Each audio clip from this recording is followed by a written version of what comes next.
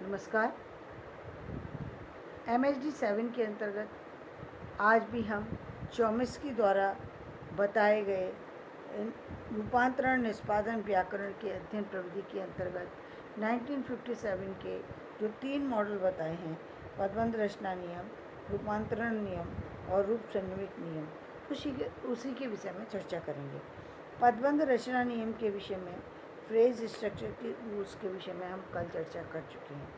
आज हम रूपांतरण नियम जो 1957 में बनाए हैं उसी के विषय में बात करेंगे और रूप सन्निवेश नियम के भी विषय में संक्षेप में चर्चा करेंगे। तो पहले बात करते हैं रूपांतरण नियम। तो रूपांतरण नियम है क्या? मूल रूप से आप समझ लीजिए, पदबंध रचना जैसे सामान्य वाक्य रचना है तो उसमें एक वाक्य एक ही तरीके से रखा जाता है। रूपांतर का मतलब ही यही है, ट्रांसलेशन जैसे करते हैं, ये एक English to English translation, Hindi to Hindi translation, यही बात रूपांतरण में लागू होती है। तो उन्होंने कहा कि जैसे हमने पदबंध में हम सिर्फ वाक्य देते हैं, लेकिन रूपांतरण में क्या करते हैं, उसी वाक्य को दूसरे शब्द में बोल देते हैं।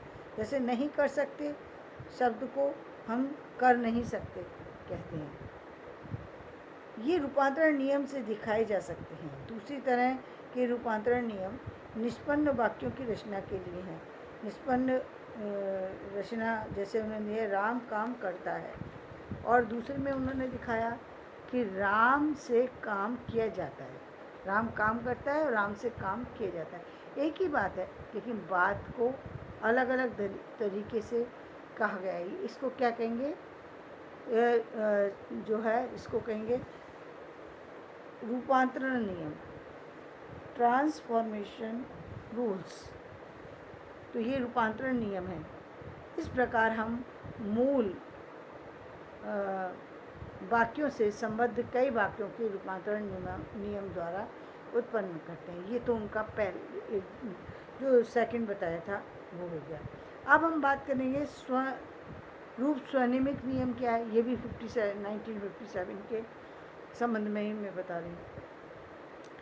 रूप स्वनिमित नियम में क्या करते हैं कि जैसे हम केवल कुछ एक दो शब्द को ही परिवर्तित करते हैं, बाकी सारी चीज़ को एज इट इज़ रहने देते हैं, केवल एक दो जो उसके शब्द हैं उनको कहीं कहीं, जैसे यहाँ पर धातु को दिखाया गया है, गया की जगह जाता है कर देते हैं। या फिर पदबंध रचना नियम में क्रिया के अतिरिक्त हमें जा से गा को व्युत्पन्न करने के लिए नियम देने पड़ते हैं कि हमने क्यों यहाँ पर ऐसा किया। इस क्रिया को जहाँ पर हम केवल, यहाँ सिर्फ धातु रूप का नियम दिखाया गया है, इसी तरीके से अन्य नियम हो सकते हैं जहाँ सिर्फ एक ही शब्द को हमने परिवर्तित किया है। एक अक्षर को, संधि में हम एक अक्षर को ही करते हैं, एक अक्षर कवर्ग से चवर्ग में बदल जाता है, तो क्यों बदल गया। ये रूप स्वनिमित नियम है। ये रूप स्वनिमित नियम है। इसमें पूरा शब्द भी आना जरूरी नहीं है, इसके अंदर केवल उतना ही पर्याप्त है जितना कि हम व्यंजन में बात करते हैं, संधि के व्यंजन नियम में बात करते हैं, उतना भी रूप स्वनिमित नियम के अंतर्गत आ जाता है।